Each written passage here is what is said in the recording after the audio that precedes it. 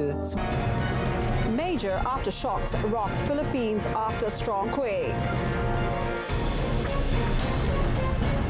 United Nations climate talks go big on ending fossil fuels.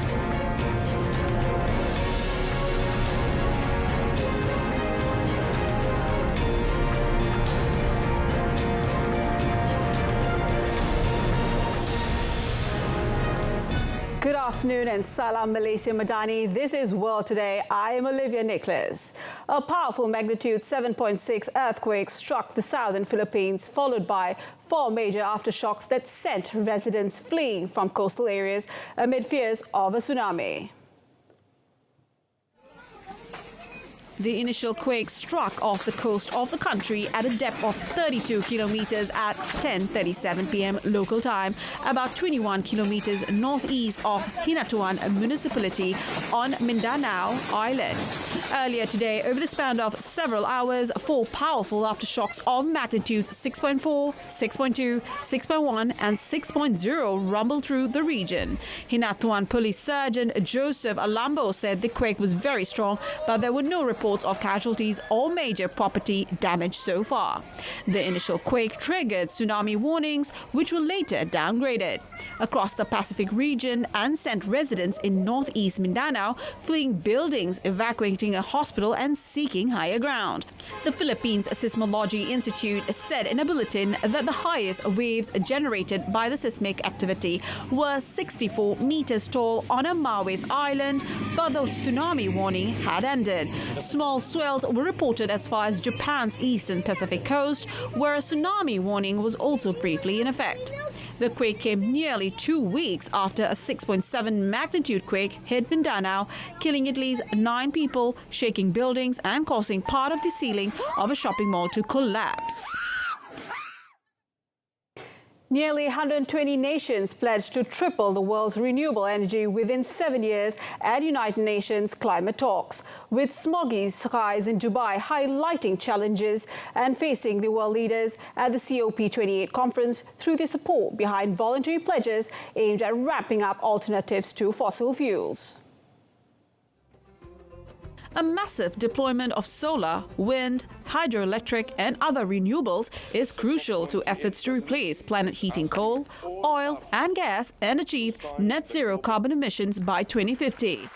COP28 negotiators face far tougher talks on the fate of fossil fuels over the next 2 weeks as every quarter stuck to their traditional positions. But on clean energy, more than half of all nations signed up to a commitment to triple global renewable capacity and double energy efficiency by 2030. Major oil producers including Saudi Arabia, Russia and Iran, however, did not join, nor is top consumer China on the list. Clean Power advocates welcomed the commitment but said it must be accompanied by the phase-out of dirtier forms of energy. COP28 President Sultan Al Jaber also announced a pledge by oil and gas companies responsible for 40% of global production to decarbonize their operations by 2050 and curb methane emissions. But the pledges do not include the pollution when the fuels are burned by their customers and were criticized for repackaging previous non-binding commitments. Heavy snowfall brought chaos to parts of southern Germany, with air and rail traffic blocked in the Bavarian state capital of Munich.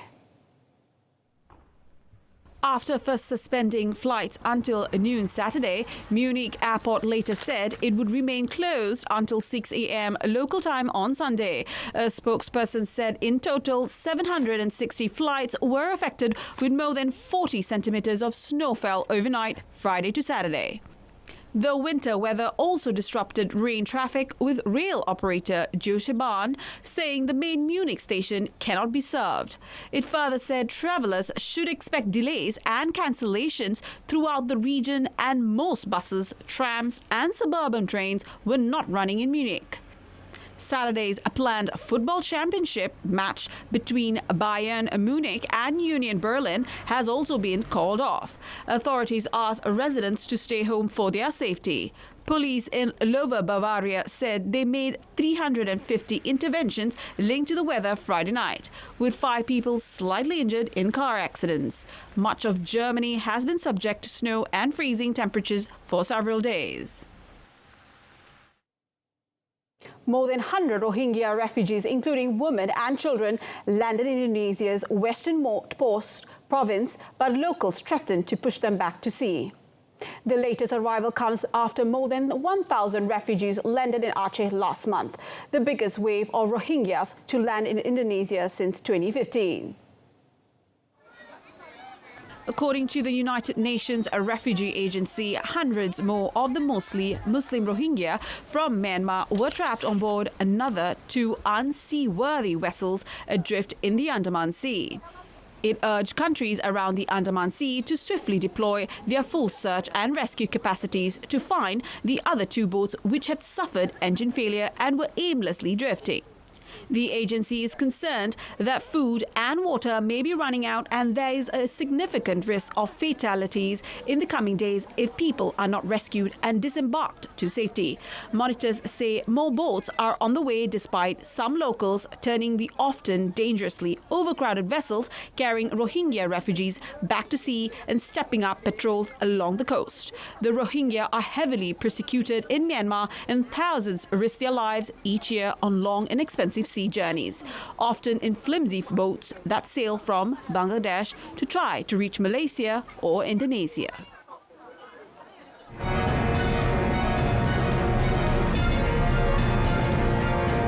Still ahead, gunmen kill multiple in North Pakistan bus attack.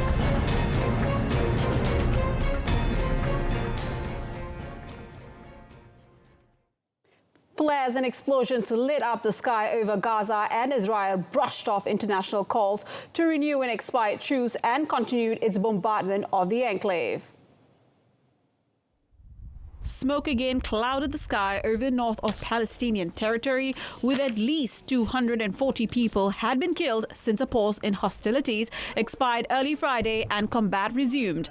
The Israeli military said that in the space of 24 hours, its ground, air and naval forces had hit 400 Hamas targets and killed an unspecified number of fighters. According to the United Nations, an estimated 1.7 million people in Gaza, more than 2/3 of the population, have been displaced by 8 weeks of war. Gazans are short of food, water and other essentials, and many homes have been destroyed. United Nations agencies have declared a humanitarian catastrophe, although some aid trucks did arrive Saturday. The Palestine Red Crescent Society said after the truce between Israel and Hamas expired, Israel had told non-governmental organizations not to bring aid convoys across the Rafah borders crossing from Egypt. But on Saturday, the charity said its Egyptian colleagues had managed to send over a number of trucks. More than 15,000 people, mostly civilians, have been killed since Israel unleashed an air and ground campaign in Gaza. Gunmen attacked a bus near the town of Chilas in northern Pakistan on Saturday, killing at least 8 passengers and injuring at least 15 others. Muhammad Ali Johar, a spokesman for the regional government, said the gunmen had opened fire on the bus on Saturday evening and the wounded had been taken to a local hospital. The regional government's interior minister told a news conference in Gilgit that the gunmen fired at the bus from the hills. No group immediately claimed responsibility for the attack and the motive for the shooting was not clear. Chilas lies in the mountainous region of Gilgit-Baltistan near the province of Khyber Pakhtunkhwa, where attacks have been rising in recent years, including some claim by the Pakistani Taliban or Tehreek-e-Taliban Pakistan. Chilas is a popular stopping point for tourists and is also near a China-backed dam under construction. Over in France, 1 person died and 2 others were injured after a man attacked tourists in central Paris near the Eiffel Tower. Interior Minister Gerald Darmanin said police quickly arrested the 26-year-old man, a French national, using a taser stun gun. The suspect had been sentenced to 4 years in prison in 2016 for planning another attack and was on the French Security Service's watch list, and was also known for having psychiatric disorders. The attack took place around 8 p.m. local time when the man attacked a tourist couple with a knife on the Quai de Grenelle, a few feet away from the Eiffel Tower, mortally wounding a German national. He was then chased by police and attacked 2 other people with a hammer before being arrested. The Anti-Terrorism Prosecutor's Office said it was in charge of the investigation. The incident in central Paris occurred less than 8 months before the French capital hosts the Olympic Games and could raise questions about security at the global sporting event. Paris plans an unprecedented opening ceremony on the Seine River that may draw as many as 600,000 spectators. North Korea's Satellite Operation Office began its mission as a military intelligence organization. The office, organized at the Pyongyang General Control Center of the National Aerospace Technology Administration, started its mission yesterday and will report acquired information to the Reconnaissance Bureau at the Army and the other major units. Pyongyang successfully put a military spy satellite into orbit last month and has since claimed it was providing images of major US and South Korean military sites. It has not yet disclosed any of the satellite imagery it claims to possess, but it warned that any attack on its space asset would be considered a declaration of war. North Korea is barred by successive rounds of UN resolutions from tests using ballistic technology, and analysts say there is significant technological overlap between space launch capabilities and the development of ballistic missiles. The North launch of Malaysian-1 was Pyongyang's third attempt at putting such a satellite in orbit after 2 earlier failures. Defense Minister for the Philippines and France vowed to pursue an agreement that would allow them to deploy troops to each other's territories, the latest as such deal sought by the archipelagic nation located in the strategic South China Sea. Speaking following a meeting in Manila, Philippine Defense Secretary Gilbert Teodoro and his French counterpart Sébastien Lecornu said they agreed to seek authorization from their respective presidents and relevant agencies to start negotiations for a visiting forces agreement. The Philippines already has similar pacts with the United States and Australia and has agreed to start talks for one with Japan. Manila has been seeking to boost defense ties in the Asia-Pacific region and beyond in the face of China's increasing confidence in asserting its claims over the South China Sea. The agreements create the legal framework for countries to send defense personnel to each other's territory for training and other operations. It was part of a letter of intent signed by the pair to raise the level of interaction and consolidate the exchanges through practical cooperation. Neither Teodoro nor Lecornu, however, provided a timeline for the start of talks on the visiting forces agreement.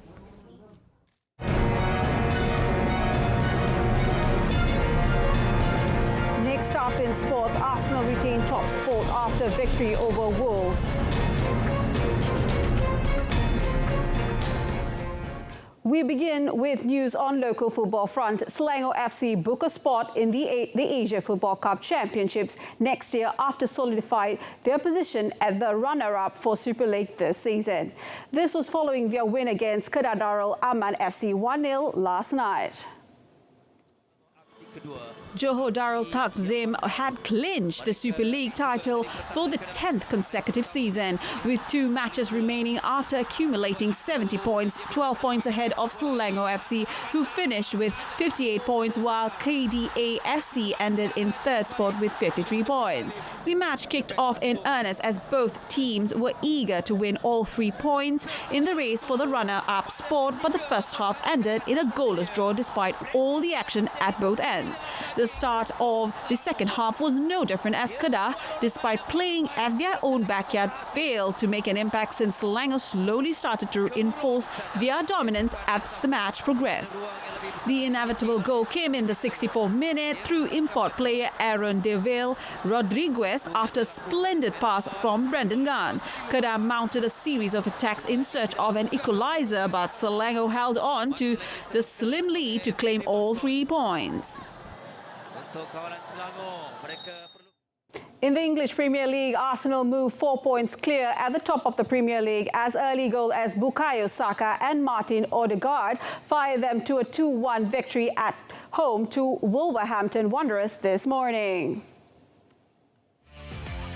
The opener was typical of Arsenal's attacking play as Bukayo Saka linked with Gabriel Jesus before Takehiro Tomiyasu played the ball through to the young England forward who smashed his finish past Wolves keeper Jose Sa. Arsenal doubled their lead with another team goal, this time Alexander Zinchenko playing 1-2 with Jesus, who cut a pass back to Odegaard, who side-footed a clinical finish into the corner. Wolves recovered and gradually began to make a few inroads, although Arsenal were untroubled until Matthias Cunha took advantage of some sloppy defending and shot powerfully past home goalkeeper David Raya after 86th minute to set up an unexpectedly nervy climax.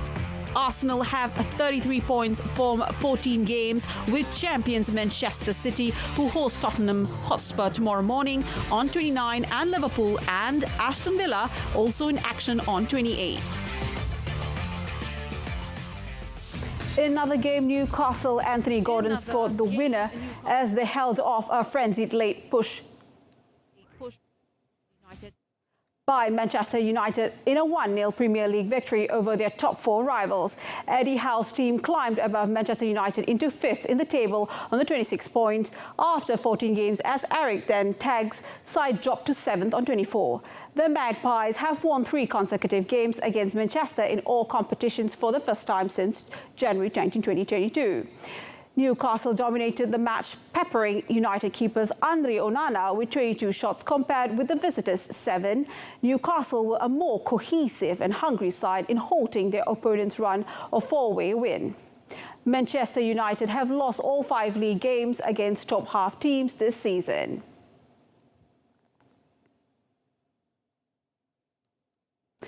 Reigning champions Italy were placed in the same group as Spain in Saturday's draw for Euro 2024, while France will come up against Netherlands and England avoided any of the toughest opponents.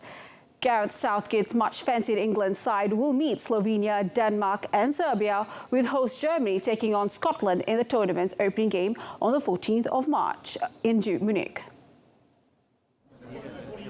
Italy, who beat England on penalties at Wembley in the final of the last European Championship in 2021, and Spain will also face Croatia and Albania in Group B. Spain, victors over Italy in the final of Euro 2012, will take on 2018 World Cup runners-up Croatia in their opening match in Berlin on the 15th of June. The meeting of France, the 2022 World Cup runners-up, and the Netherlands will be the other heavyweight tie of the opening phase. They were in the same section in qualifying, with France winning both encounters.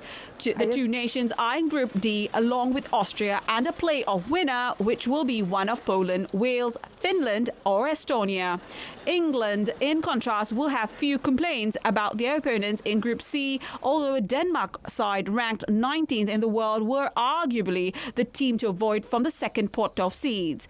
Southgate's team, considered the favourites along with France for the tournament, will take on Serbia in their opening game on the 16th of June. Euro 2016 winners Portugal were drawn in Group F with Turkey, the Czech Republic, and a playoff winner from either Greece, Georgia, Luxembourg or Kazakhstan. Belgium are in Group E alongside Slovakia, Romania and the winner of the other playoff path, which will be Israel, Iceland, Bosnia and Herzegovina or Ukraine.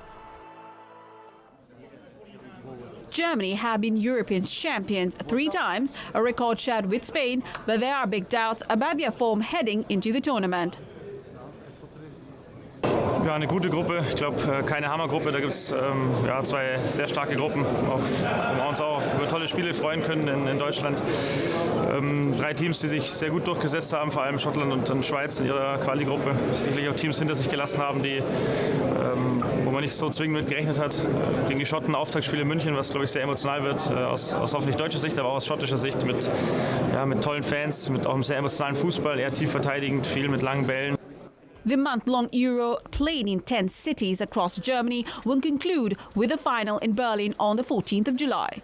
The top 2 teams in each group will qualify for the last 16, along with the 4 best third-place sides. Early on Saturday, European football's governing body UEFA announced that the total prize pot for competing nations will be €331 million.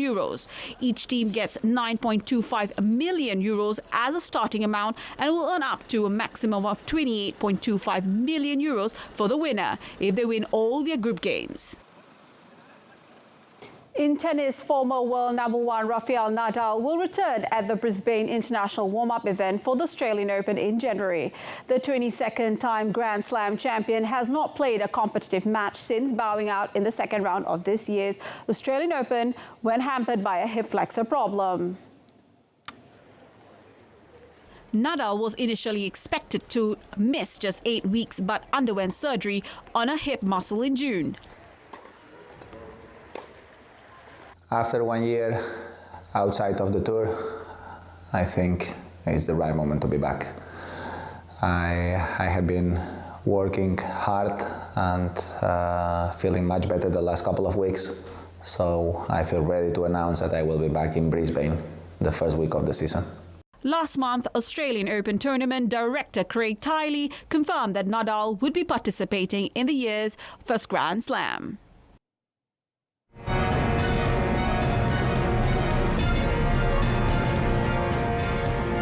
From bashful golden mole to rare white lion cubs, take a look at amazing offbeat stories this week. A golden mole that swims in sand has resurfaced in South Africa after 87 years in the wilderness when many specialists fear it had become extinct. Endangered Wildlife Trust EWT said traces of 2 De Winton's golden moles have been found on the sands of a beach after detective novel search. EWT and University of Pretoria researchers covered up to 18 kilometers of dune habitat a day as they spent months hunting for signs. The blind moles are cute but excessively timid. They pick inaccessible areas to burrow homes and have extremely sensitive hearing to detect ground vibrations made by anyone who could be looking for them. The last scientific trace dates back to 1936. The team used a scent-detecting border collie dog, Jessie, to find traces of the mole's tunnels. There are 21 species of golden moles, and the De Wintons were detected using environmental DNA samples taken from soil at Port Noloth Beach on the northwest coast. Even now, the researchers have not physically seen the blind mole that has an iridescent coast sheen that allows it to swim through sand. To finally make a connection, they have made videos and taken photos.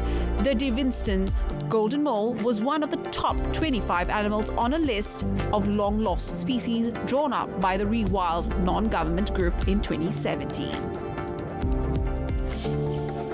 A Venezuelan zoo welcomed the country's first 3 white lion cubs born in captivity, a boost for the genetically rare animal whose wild population numbers only about a dozen living in their native South Africa. The cubs were born this week to Kamatagua and Sebastian, white lions brought to Venezuela in May last year from the Hodonin Zoo in the Czech Republic as part of a breeding program. The cubs were taken from their mother to be hand-raised to improve their chances of survival, as lioness in captivity have been known to kill their offspring. En este momento los 3 cachorros están bajo constante supervisión médico-veterinaria con el grupo de médicos veterinarios, cuidadores, madre sustituta, auxiliares. Todo el equipo del zoológico está abocado a la atención, cuidado y monitoreo de los ejemplares. According to the Global White Lion Protection Trust, white lions are not albinos, but a genetic rarity unique to a region of South Africa. The coloration is caused by a recessive gene similar to what causes blue eyes in humans. The trust states on its website there are hundreds of white lions in captivity around the world, but fewer than 13 in the wild in their endemic habitat. Belgian mussels have long satisfied hungry diners, but an experiment is now underway to see if they can also protect Belgium's North Sea coast. The recipe no longer involves a white wine broth and a bowl of salty fries, but an undersea reef barrier diverting currents from the sandy coastline. 6 years ago, 2 Flemish scientific institutes joined forces with mussel growers in an experiment of the beach resort of Lapine. The biologists have now revealed promising results and hope to attract government funding to develop reefs on a large scale along the 40-kilometer shore. The idea would be to string cables along the drop-off between the shallow coastal waters and the North Sea, on which naturally spreading shellfish can make their home.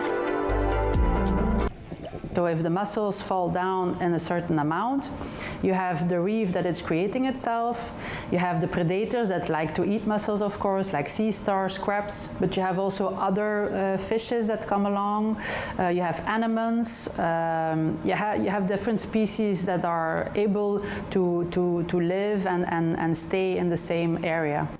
The hope is that the reef below will remain as a foundation for nature to defend the shore, classified as a natural reserve. Ancient Crimean gold treasures returned to Kyiv after being stuck in a Dutch museum for 9 years, where they were on show when Russia seized the Black Sea Peninsula in 2014. The Scythian artifacts, some around 2,000 years old, were on loan to Amsterdam's Allard Pearson Museum when they suddenly were at the center of a geopolitical crisis following Russia's 2014 annexation of Crimea. Years of legal battles ensured, with both Kyiv and Moscow control Crimean museums, filed suits, and the jewels should be in their hands before the Dutch Supreme Court ruled this summer that they should go to Ukraine. Ukraine's customs service said the jewels arrived from Amsterdam by truck, equipped with a temperature maintenance system. The Kyiv's culture ministry called the return of the artifacts a great historical victory. An unassuming house in Rintel in the northwestern German state of Lowell, Saxony hides a bright and cheerful Yuletide secret. While merely decorated with a simple manner on the outside, the inner of the house finds 555 decorated Christmas trees in all shapes, sizes and colors, a record as the German Institute of Records confirms. Avid Christmas tree collector and owner of the house, Thomas Jeromin, finds his collection of hundreds of trees nice and relaxing. Weil das schön ist, weil das Entspannung ist und ich sitze einfach gerne da drin und guck's mir an. Sonst hätte ich das gemacht wie alle anderen draußen. Aber ich wollte es halt drin haben, damit ich es mir ständig angucken kann. Up from 444 trees in 2021, Jeromin is eager to get the number even higher, with 600 trees as his new goal. At least for this Christmas, though, he will have to be satisfied with a mere 555 Christmas trees. And that wraps up World Today. In our top story, major aftershocks rock Philippines after strong quake. Tune in to Malaysia Tonight, coming up at 8:30 p.m. on TV1 and Salaran Berita RTM.